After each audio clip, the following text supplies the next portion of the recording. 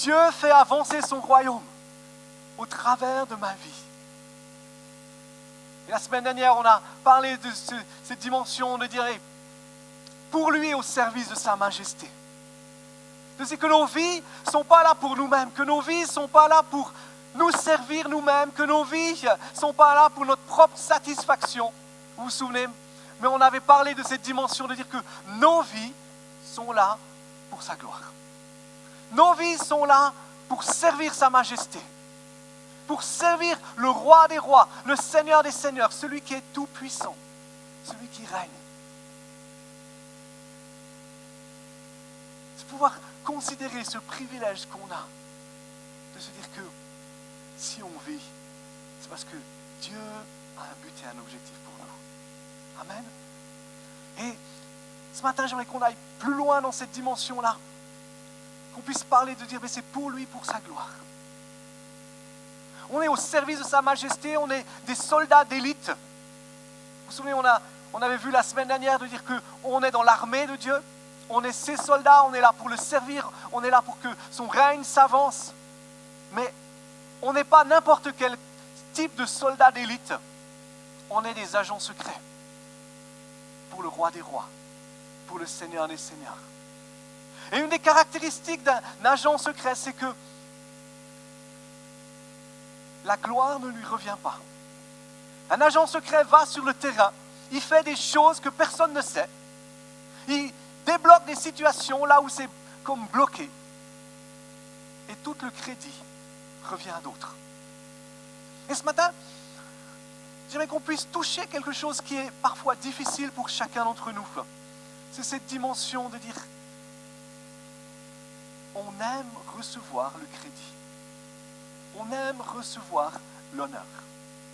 On aime être reconnu pour ce qu'on fait. On aime que quand c'est nous qui faisons quelque chose, ce ne soit pas quelqu'un d'autre qui reçoive la gloire. En fait, ça s'appelle juste de l'orgueil. Regardons ensemble dans Matthieu 6 ce que Jésus nous dit. Matthieu 6, c'est le sermon sur la montagne, et on est là au cœur du sermon sur la montagne. Matthieu 5, Matthieu 6 et Matthieu 7. Et Jésus dit, gardez-vous de pratiquer votre justice devant les hommes pour en être vus, autrement vous n'aurez pas de récompense auprès de votre Père qui est dans les cieux. C'est-à-dire pour lui toute la gloire.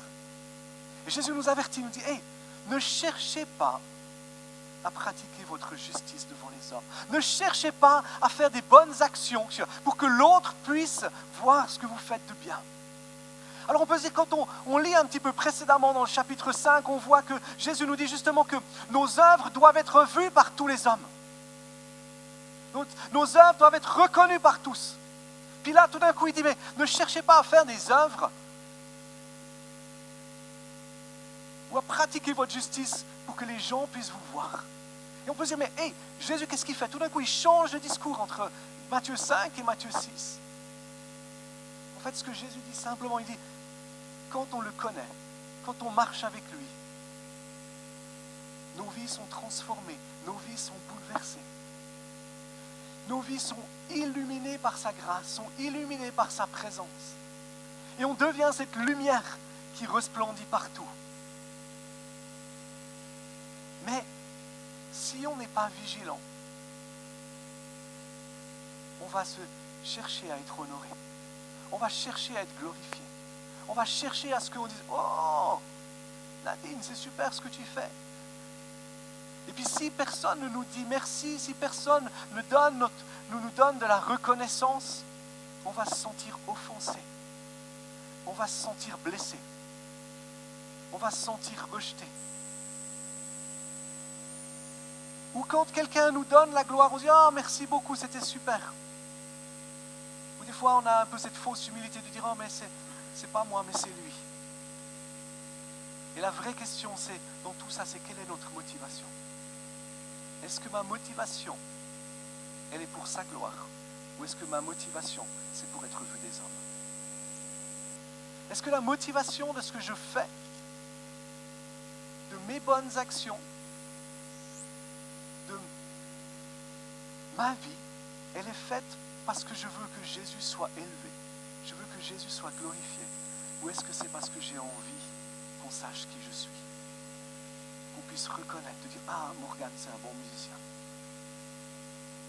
Et on veut honorer les gens, on veut développer dans l'Église cette culture où on honore et on bénit, où on reconnaît, et on peut dire « Merci Morgan pour ton investissement, ta consécration, merci pour ce que tu développes ».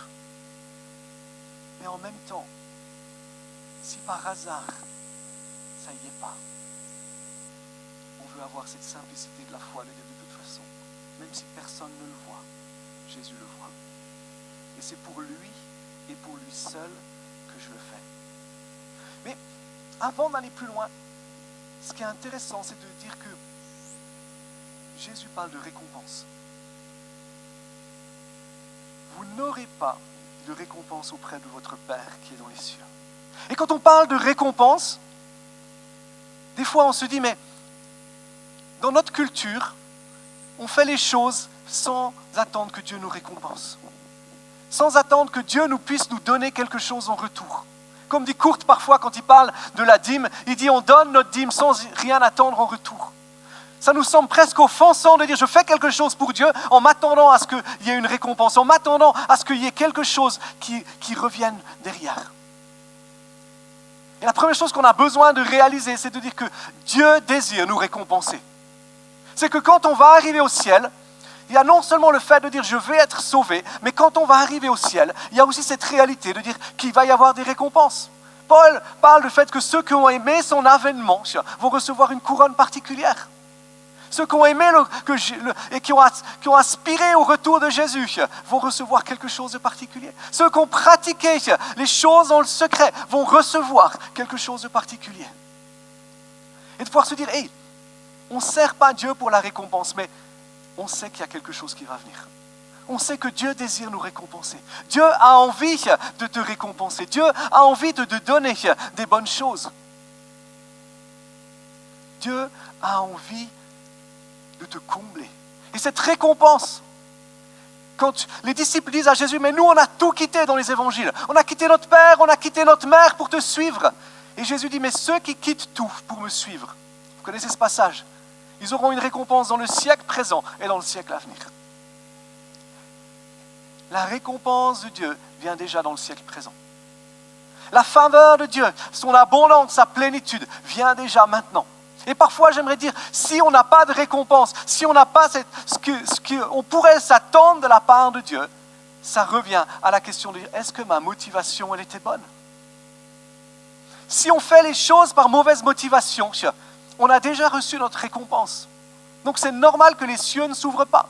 Peut-être que tu fais des choses en disant je veux plaire à Dieu. Et tu dis c'est super, les gens reconnaissent. Ou simplement, tu dis j'ai envie que les gens reconnaissent que je fais les choses. Tu as reçu ta récompense. N'attends pas une autre récompense. Par contre, si on arrive à développer, et c'est un des aspects d'aujourd'hui, si on arrive à développer cette culture du secret, pas le secret où on cache les choses, mais ce secret où on bâtit nos vies dans l'intimité de Dieu, dans le secret de Dieu. On peut s'attendre à ce que sa faveur marque nos vies à tous égards. On peut s'attendre à ce que sa grâce et son amour nous poursuivent. On a tous besoin de reconnaissance. Honnêtement, on a tous besoin d'être reconnus. On a tous besoin d'approbation. On a tous cette tendance à dire, mais j'ai besoin de ça. Mais en même temps, soyons vigilants où on cherche l'approbation. Est-ce que je vais chercher l'approbation vers les hommes? Est-ce que je vais chercher l'approbation vers ces gens qui changent d'avis parfois, qui aujourd'hui peuvent dire tu es super, tu fais des grandes choses, c'est merveilleux, et qui demain vont me dire mais tu es quelqu'un de pourri, tu es quelqu'un de pas gentil, tu es quelqu'un de pas bon? Ou est-ce que je vais aller chercher mon approbation vers l'Éternel, vers le Tout-Puissant, vers le Roi des Rois, vers le Seigneur des Seigneurs, celui qui ne change pas d'avis, celui qui un jour va te dire, bien, bon et fidèle serviteur, entre dans la joie de ton maître. Entre dans la joie de ton maître. Entre dans la joie de ton Seigneur. Entre dans la joie de celui qui t'a créé. C'est là où l'approbation vient. De pouvoir se dire, mais d'avoir cette liberté dans nos cœurs, de pouvoir se dire, même quoi que ce soit que les gens peuvent penser de toi, cette liberté de dire, moi je sais ce que Dieu pense de moi. Ça, c'est une vraie liberté. On le voit dans le livre de Samuel, quand David, par exemple, danse devant l'arche de l'Éternel. Vous connaissez ce passage. L'arche de l'Éternel arrive à Jérusalem. Il est en train de danser de toute sa force, à moitié nu. Sa femme, Michal, lui dit, est-ce que tu n'as pas honte, toi, le roi, de te mettre dans une posture comme ça devant tout le peuple?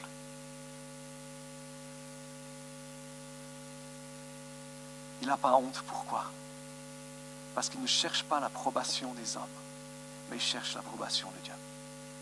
Il est prêt à se rendre fou devant les hommes, parce qu'il veut que Dieu puisse lui dire, bien, bon et fidèle serviteur. J'aimerais suggérer qu'il y a beaucoup de choses qu'on ne fait pas, que Dieu nous appelle à faire, parce qu'on a peur de perdre l'approbation des hommes. On a peur de ce que les gens peuvent penser de nous. On a peur de ce que les gens peuvent dire de nous. On a peur que les gens puissent éventuellement nous rejeter, nous maltraiter, penser qu'on est un petit peu fou, peut-être penser qu'on est un petit peu à côté de la plaque. On est trop préoccupé par notre image.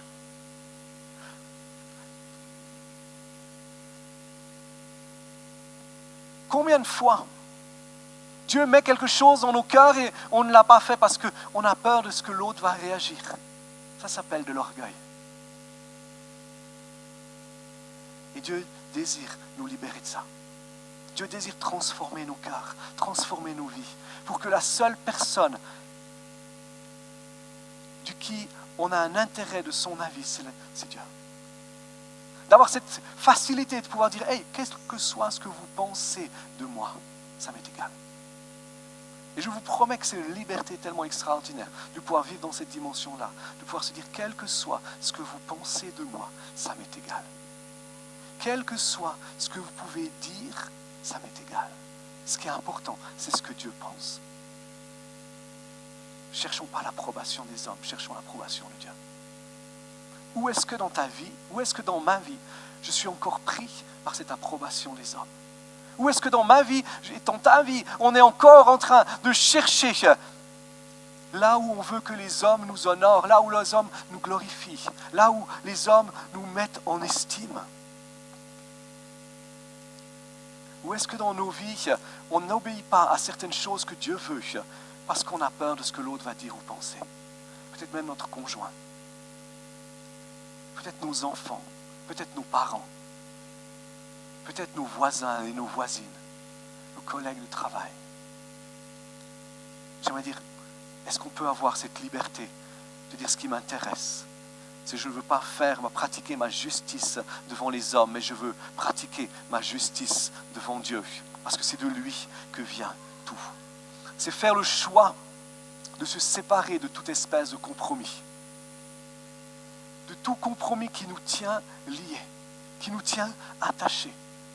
C'est faire le choix de dire, je veux dépendre de Dieu et de Dieu seul.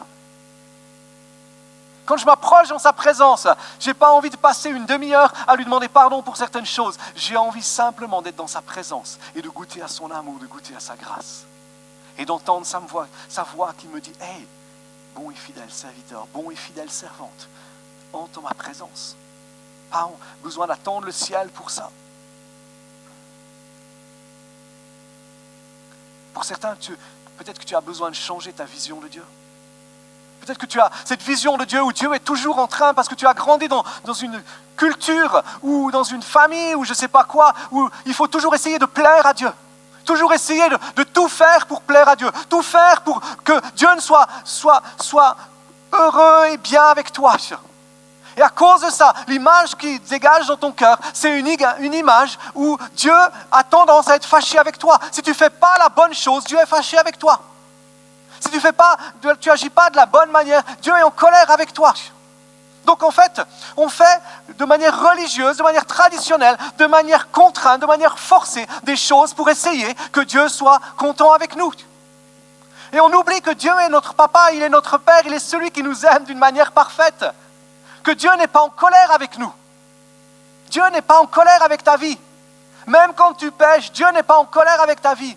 Il a déjà pourvu, il a déjà donné Jésus son Fils à la croix pour nous pardonner, pour nous libérer, pour nous transformer. Il est juste, quand on pêche, il n'est pas en colère, il est triste. Il est triste qu'on lui ait désobéi. Il est triste qu'on ait laissé quelque chose nous séparer de lui. Il est triste qu'on ne puisse pas rentrer dans son approbation, rentrer dans sa présence. Arrêtons de faire les choses pour essayer de plaire à Dieu. Faisons les choses parce qu'on sait qu'il nous aime. On sait qu'il nous aime d'un amour parfait. Donc, certains d'entre vous, c'est changer l'image de Dieu. Cette image d'un Dieu strict, d'un Dieu sévère, d'un Dieu qui est juste là pour te punir si tu sors du bon chemin. Et de saisir cette image d'un Dieu qui est rempli de grâce, qui est là sur le bord du chemin justement pour nous encourager, pour nous dire « Hey, vas-y, hey, c'est génial, tu as essayé, tu es tombé, mais je vais t'aider à te relever, continue, persévère. » Ce Dieu qui a envie de nous récompenser, qui a envie de nous donner les bonnes choses, qui a envie de nous donner le meilleur, qui a envie de nous donner tout ce qu'il peut nous donner. Parce qu'il l'a déjà fait, il a donné Jésus. Alors qu'on était encore éloigné de lui. Alors qu'on était en train de le critiquer, de le juger, d'offenser son nom par nos vies. Il a choisi de donner Jésus à notre place. Il a choisi de donner son propre Fils pour qu'il puisse mourir à la croix, pour qu'on puisse être pardonné, pour qu'on puisse avoir cette liberté dans sa présence de recevoir ce qu'il veut nous donner. Ce qu'il veut libérer pour nos cœurs, ce qu'il veut libérer pour nos vies. Changeons de vision à l'égard de Dieu. De toute façon, on ne peut jamais satisfaire à ses exigences. De toute façon, on n'arrivera jamais à satisfaire ses exigences. Par contre, ce qu'on peut faire, c'est entrer dans sa présence. Ce qu'on peut faire, c'est le louer. Ce qu'on peut faire, c'est le célébrer. Ce qu'on peut faire, c'est se présenter devant lui avec grâce. Regardez Hébreux 10. Ce que l'auteur de l'Épître aux Hébreux nous dit par rapport à ça. Au verset 19. Ainsi donc, frères, nous avons l'assurance d'un libre accès au sanctuaire par le sang de Jésus. Accès que Jésus a inauguré pour nous, comme un chemin nouveau et vivant au travers du voile, c'est-à-dire de sa chair. Et nous avons un souverain sacrificateur établi sur la maison de Dieu. Approchons-nous donc d'un cœur sincère, avec une foi pleine et entière, le cœur purifié d'une mauvaise conscience et le corps lavé d'une eau pure. Confessons notre espérance sans fléchir, car celui qui a fait la promesse est fidèle. Ça, c'est ce que Dieu a fait pour nous. On peut s'approcher de lui. Il a ouvert le chemin. Quand il dit qu'il est le sacrificateur, il a établi Jésus comme sacrificateur, c'est qu'aujourd'hui, Jésus est encore en train d'intercéder pour nous. Aujourd'hui, Jésus est encore en train de prier pour nous. Il est encore en train, lorsqu'on vient vers lui et qu'on lui dit « Seigneur, je te demande pardon parce que j'ai péché, parce que j'ai fait des mauvaises choses », il est encore celui qui nous pardonne, qui nous libère.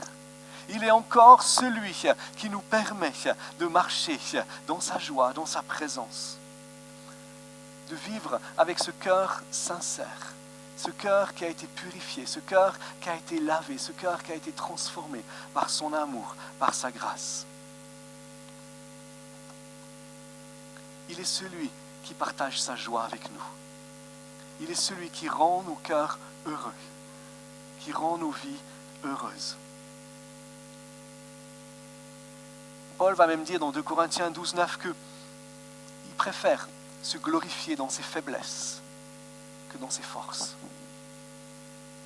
Et nous, souvent, notre tendance humaine, c'est de dire je me glorifie dans ce que je suis bon, dans ce que je suis fort. Je cherche la gloire, je cherche l'honneur, je cherche la reconnaissance. Et Paul dit, hey, celui qui m'importe, c'est Christ. Et je vais me glorifier dans mes faiblesses. Pourquoi est-ce que je vais me glorifier dans mes faiblesses? Parce que dans mes faiblesses, la grâce et la gloire de Christ sont manifestées. C'est dans mes faiblesses, dans tes faiblesses, là où il y a des luttes et là où il y a des combats, que la gloire et la grâce de Christ se manifestent. Ça veut dire quoi? Se glorifier dans ses faiblesses, c'est faire le choix de, au lieu de les cacher pour que personne ne puisse les voir, c'est faire le choix d'oser vivre avec intégrité et droiture et de dire j'ai des faiblesses, j'ai des manquements. C'est oser les amener devant Dieu et dire Seigneur, voilà mes faiblesses, voilà mes manquements, j'ai besoin de toi.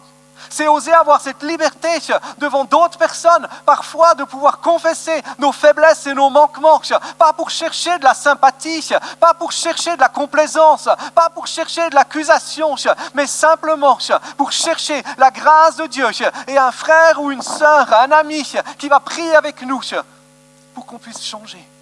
J'aimerais te dire, si tu cherches à cacher tes faiblesses, tu vas tomber dedans.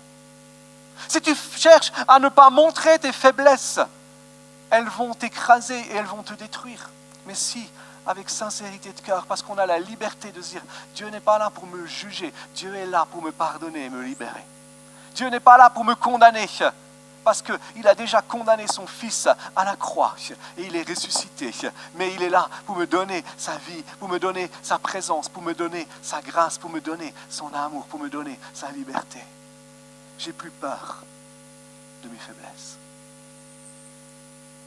Peut-être ce matin, tu as tendance à considérer tes faiblesses comme quelque chose qui déplaise à Dieu et tu essayes de le cacher. J'aimerais te dire, présente-les à Dieu. Cherche sa présence, se glorifier dans ses faiblesses. C'est chercher Christ dans ses faiblesses. Chercher sa grâce, chercher sa présence, chercher sa force, chercher sa puissance. Chercher son amour pour qu'il les transforme, pour qu'on puisse grandir, pour qu'on puisse se développer, pour qu'on puisse entrer dans des dimensions nouvelles de sa puissance et de sa force. Regardez ce que Paul dit aussi dans Philippiens 3. Je vous encourage à prendre du temps à la maison pour lire, pour méditer ce chapitre 3 de Philippiens. Il est tellement, tellement extraordinaire. Paul commence, il dit, au reste, réjouissez-vous dans le Seigneur. Réjouissez-vous dans sa présence.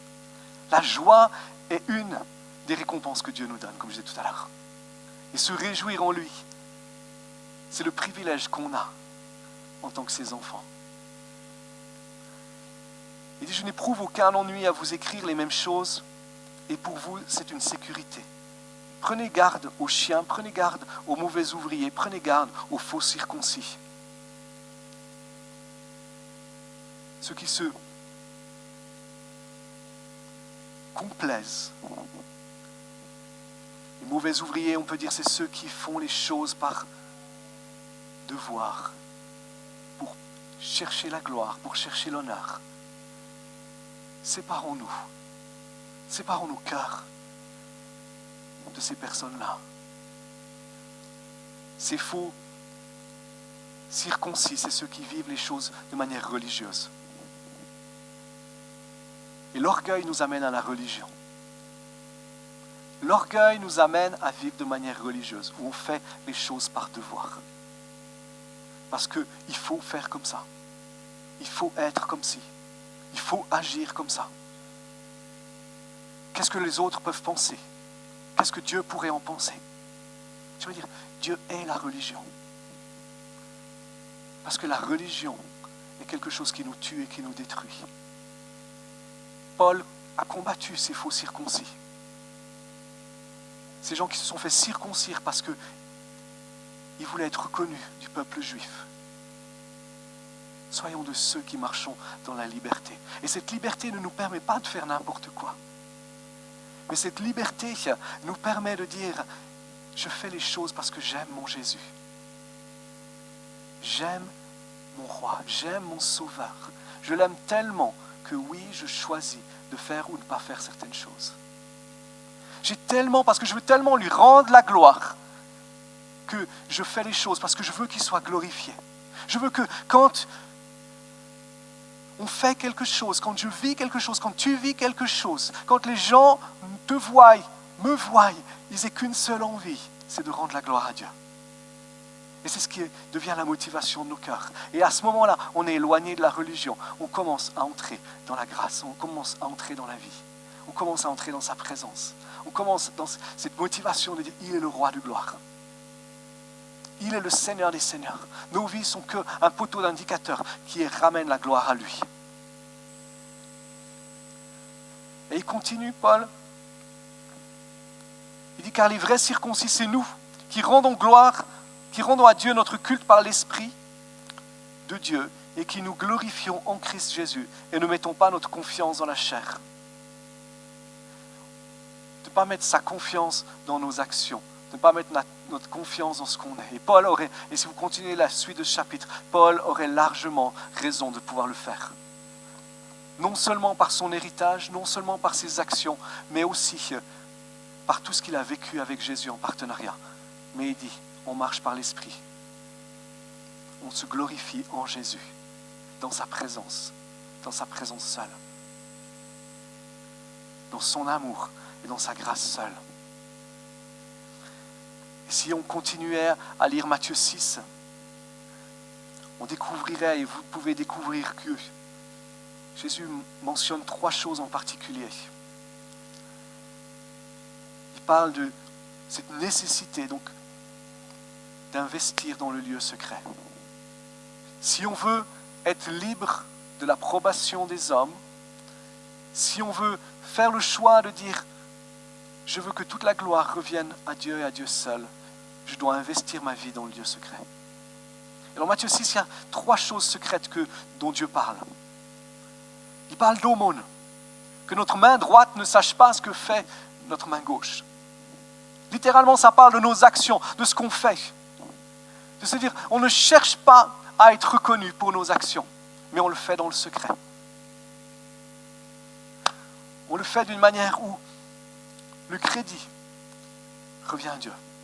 Et les gens peuvent se dire, je rends le crédit à Dieu et à lui seul. Aussi dans notre prière. Il dit, quand tu pries, ne prie pas devant les hommes. Des belles prières, des grandes prières que tout le monde peut entendre. Ne montre pas ta religion, ne montre pas ta foi de manière à ce que les gens reconnaissent, oh, c'est une femme ou un homme de foi. Mais quand tu pries, il dit quoi? Rentre dans ta chambre et ferme la porte. Et ton Père qui est dans le secret te le rendra. C'est aussi cette dimension de dire, hey, c'est là où on voit notre réelle motivation. Quand je suis dans le lieu secret, seul avec Dieu, et que je dis, ok, je vais prier pour Albert. Je n'ai pas besoin que qui que ce soit sache que je prie pour Albert, mais je sais qu'il passe par un temps difficile, ce qui n'est pas le cas. D'accord, il a eu 40 ans hier, joyeux anniversaire. Mais c'est entre Dieu et moi. Et peut-être simplement je vais envoyer un message à Albert pour l'encourager et lui dire, hey, sache que je prie pour toi. Mais c'est la réelle motivation. Est-ce que réellement j'aime les gens? C'est facile de dire j'aime les gens. Mais c'est une autre chose dans notre lieu secret. Le vrai amour pour les gens commence par le fait de prier pour eux. Le vrai amour qu'on a pour l'autre, c'est quand on commence à dire « je prie pour lui » ou « je prie pour elle » dans mon lieu secret. J'investis du temps. Il passe par un temps difficile, elle passe par un temps difficile. Je pourrais dire « ah, c'est sa faute, il a fait une erreur » ou je peux aller dans le lieu secret, dans la présence de Dieu et dire « Seigneur, je te demande ta grâce. » Je te demande ta présence, je te demande ton intervention. Je te demande, Jésus, que tu viennes le rencontrer, que tu viennes la visiter, que l'homme, la femme de Dieu se lève à l'intérieur de lui. C'est dans ce lieu secret qu'on investit réellement.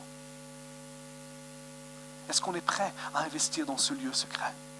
Est-ce qu'on est prêt à passer du temps dans le lieu secret pour prier les uns pour les autres? Pour prier pour ceux qui passent par des temps difficiles? Pour prier pour ceux qui sont éprouvés? Pour prier pour ceux qui sont sur la montagne et puis que tout va bien? Pour que Dieu continue de les bénir et de leur faire du bien. Mais c'est ce lieu secret. Et c'est là où nos motivations, nos véritables cœurs sont libérés et sont manifestés. Et dernièrement, il parle du jeûne. Quand tu jeûnes, ne montre pas une mine abattue à la fin de ce passage. Triste pour que tout le monde te dise « Ah, tu dois être en train de jeûner, tu as une bonne consécration. » Littéralement, c'est notre consécration. Oh, tu es un homme, tu es une femme de foi. On voit que tu es quelqu'un de bien, etc. Mais c'est faire le choix de dire « Hey, c'est entre Dieu et moi. C'est entre lui et moi que je veux vivre. » La vraie question, c'est pourquoi est-ce qu'on fait les choses? Pourquoi est-ce que tu vis? Pourquoi est-ce que tu agis de cette manière-là? Quelle est la réelle motivation de ton cœur? Quel est ce qui brûle vraiment à l'intérieur de toi? Est-ce que c'est que Jésus soit élevé, que son royaume s'avance, que sa gloire se manifeste? Ou est-ce que c'est autre chose? Le véritable moteur de nos vies, c'est le pourquoi. Pourquoi est-ce qu'on fait les choses? Et nos actions ne révèlent que le pourquoi. Nos paroles ne font que révéler le pourquoi. Et le pourquoi, c'est pour lui toute la gloire. Parce qu'il nous a sauvés pour cela. Parce qu'il nous a transformés pour ça. Parce qu'il nous a bouleversés pour que l'honneur, la gloire lui reviennent. Et vous m'avez déjà entendu le dire, je crois que ce lieu sera plein plusieurs fois par semaine. Peut-être probablement plus rapidement que ce qu'on peut penser et imaginer. Mais la seule personne qu'on veut voir être élevée, c'est Jésus. Qui que ce soit, quoi que ce soit qui se passe, ce n'est pas le bâtiment, ce n'est pas un homme, ce n'est pas une femme, c'est Jésus. C'est lui qu'on veut voir. Tu as témoigné de quelqu'un, à quelqu'un de Jésus, il a rencontré Jésus, il se fait baptiser, et puis il va dire « Ah, j'aimerais remercier telle personne, il t'a oublié. » C'est pas grave. C'est Jésus qui l'a rencontré. C'est Jésus qui l'a sauvé. C'est Jésus qui l'a changé. Certains d'entre vous, vous êtes offensés dans votre cœur parce que vous n'avez pas été reconnus dans ce que vous avez fait pour Jésus. Vous avez été blessés parce que c'est le moment de dire « Hey, c'était pour lui de toute façon. Ça lui appartient. C'est son job. » Et ce lieu secret, c'est un lieu tellement important. Vous savez, moi j'aime le Tour de France. J'aime le cyclisme. J'aime le sport en général. Mais un athlète ne gagne pas sur la route du Tour de France. Christopher Froome, s'il gagne à la fin du Tour de France, ce n'est pas parce qu'il a gagné sur les routes du Tour de France. La victoire, il l'a eue quand il était sous la pluie, sous la neige, tout seul, avec son vélo. Un boxeur ne gagne pas sur le ring. Le boxeur va gagner quand il est tout seul, en train de courir, en train de s'entraîner, en train de taper des sacs de sable. J'aimerais dire, nos vies chrétiennes, souvent on aspire, on se dit, ouais, mais pourquoi lui, il vit une vie chrétienne avec des miracles, des signes et des prodiges? La vérité, c'est pourquoi? C'est parce que c'est quelqu'un qui a investi dans le lieu secret. L'exemple type, c'est David. Dans 1 Samuel 17, qu'est-ce qu'il fait? Il va détruire Goliath. Mais qu'est-ce qu'il va donner comme réponse à Saül quand Saül lui dit « Est-ce que tu es capable de combattre ce géant ?» David va lui dire « Hey, quand j'étais tout seul avec les brebis de mon père, quand l'ours ou le lion venait, qu'est-ce que je faisais? Je le prenais et je le tuais. » C'est quand il était seul qu'il a vaincu Goliath. C'est quand David était seul qu'il a appris à comment vaincre Goliath. C'est quand tu es seul que tu apprends à marcher dans la victoire, que tu apprends à éclater la tête des géants. C'est quand tu es seul que tu prends les victoires pour que quand tu es en lieu public, quand tu as des autres gens autour de toi, la victoire puisse se manifester pour que Christ soit glorifié. Si tu veux marcher dans sa victoire, commence par investir du temps dans le secret. Commence à investir du temps là où personne ne te voit, là où personne ne te connaît. Et Dieu, à un moment, va te donner et il va t'élever pour sa gloire. Mais quand tu as ce cœur qui est pur, ce cœur qui est droit, où tu ne cherches pas à ce que tu diras, je suis en train de remettre en place les chaises de l'église, j'espère que quelqu'un va me voir le faire pour me dire merci. Et puis si personne ne passe par hasard quand tu es en train de le faire, eh ben, tu vas dire, hey, Tu ne sais pas ce que j'ai fait la semaine dernière? Je suis venu pour mettre les chaises de l'église. C'est bon, tu as eu ta récompense. Mais c'est quand tu fais les choses fidèlement dans ce que Dieu t'a demandé de faire, dans ce que Dieu t'a confié, alors que personne ne te voit, alors que personne ne te reconnaît, c'est là que Dieu est en train de t'élever. C'est là que Dieu est en train de te mettre dans une dimension nouvelle, dans un standard nouveau de son royaume. Et c'est le temps, mes amis, c'est le temps qu'on investisse davantage dans le secret. C'est le temps qu'on investisse davantage dans sa présence. C'est le temps qu'on investisse davantage, où on choisit de renoncer à la gloire, où on choisit de renoncer à l'honneur, où on choisit de renoncer à ce que les gens peuvent penser de nous, pour dire ce qui m'intéresse, c'est ce que Christ pense de moi.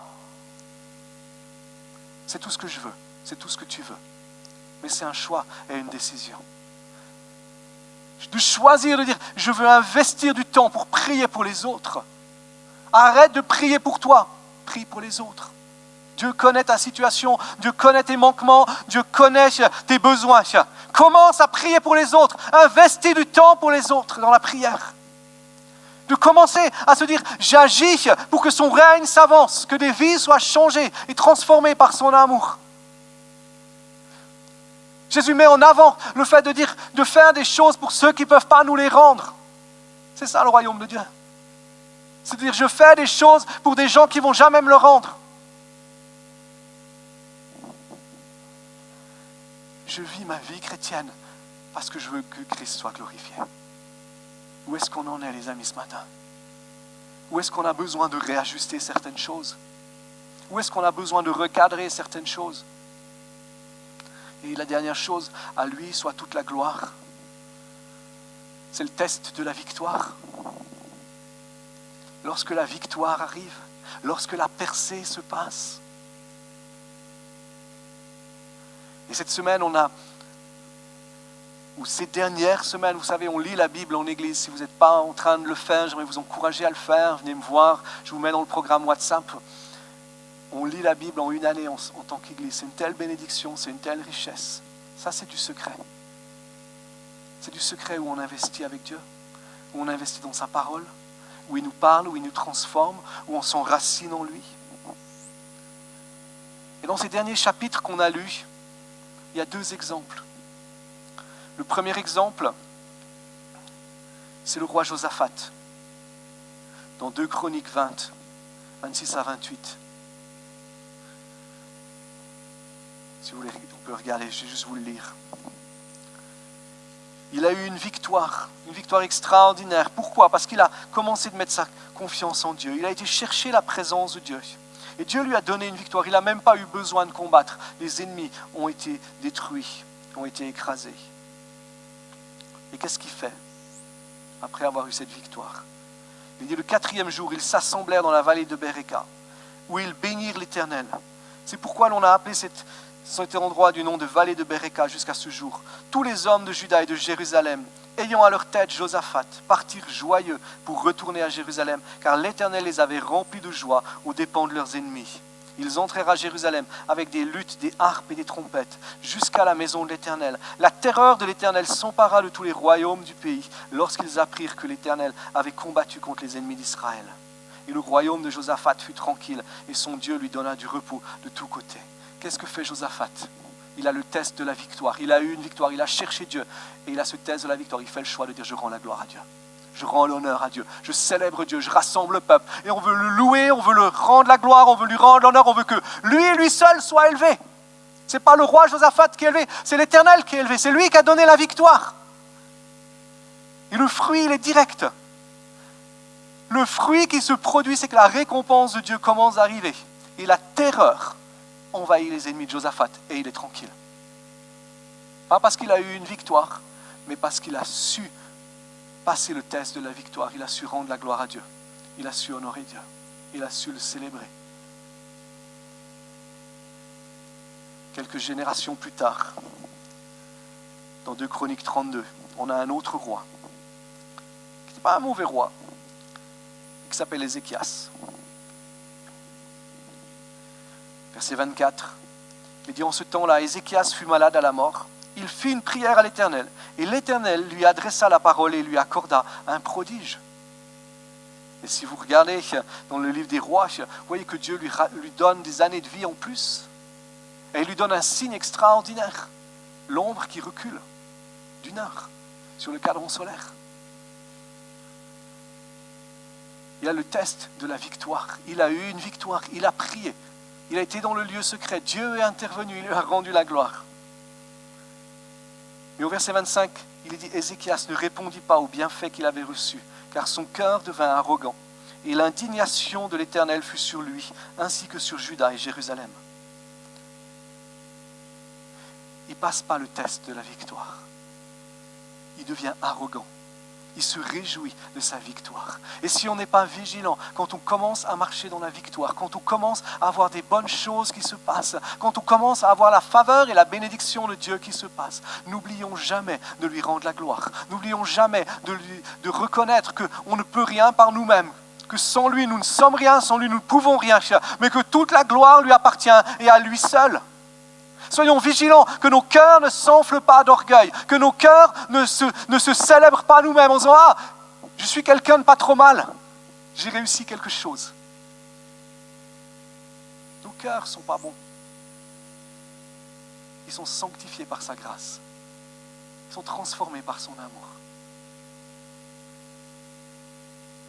Paul dit « Je peux tout par celui qui me fortifie. » Quand le tout arrive, n'oublions pas, c'est celui qui nous fortifie. C'est celui qui nous donne la force. Simplement le fait qu'on puisse être là ce matin, qu'on puisse sourire, qu'on puisse lever nos mains pour le louer, pour le célébrer, c'est juste le fruit de son amour et de sa grâce. Et il mérite qu'on le célèbre pour cela. Il mérite qu'on lui rende l'honneur pour cela.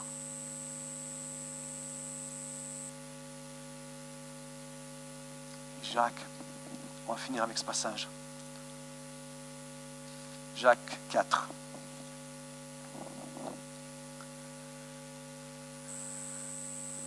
Croyez-vous, verset 5, que l'Écriture dit en vain, Dieu aime jusqu'à la jalousie l'esprit qu'il a fait habiter en vous. Dieu est jaloux de l'esprit qu'il a mis dans nos vies, de sa présence, de sa faveur, de sa grâce. Mais il donne une grâce encore plus grande, puisqu'elle dit, Dieu résiste aux orgueilleux, mais il donne sa grâce aux humbles. Les humbles, c'est ceux qui font le choix de dire je vis pour Christ. Je dépends de sa grâce, je dépends de son amour. Sans lui, je ne suis rien. Je ne fais pas les choses pour que les hommes me reconnaissent. Je fais les choses pour que Christ me reconnaisse. Parce que je l'aime tellement, parce que je veux tellement l'honorer, parce que je veux tellement lui rendre la gloire. J'investis du temps. Les humbles, c'est ceux qui investissent du temps dans le lieu secret.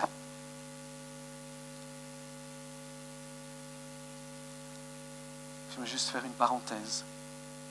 Ce n'est pas à nous de résister aux orgueilleux. Ce n'est pas à nous de dire aux gens qui sont orgueilleux. Dieu s'en occupe. Notre job, c'est d'encourager, de bénir, d'élever. L'humilité, c'est d'élever l'autre. Ça, c'est l'humilité. Où est-ce qu'on en est ce matin? Est-ce que tu as besoin, est-ce que j'ai besoin de renoncer à faire les choses pour les hommes? Renoncer à mon image, l'image que je vais présenter, l'image que je vais montrer, l'image que les gens peuvent avoir de toi, de moi. Et plutôt m'intéresser à ce que Dieu pense de moi, à ce que Dieu pense de toi. On va prendre un moment, on va prier.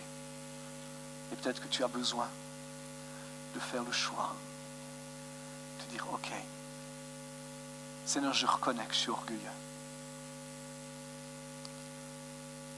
Je reconnais que je suis attaché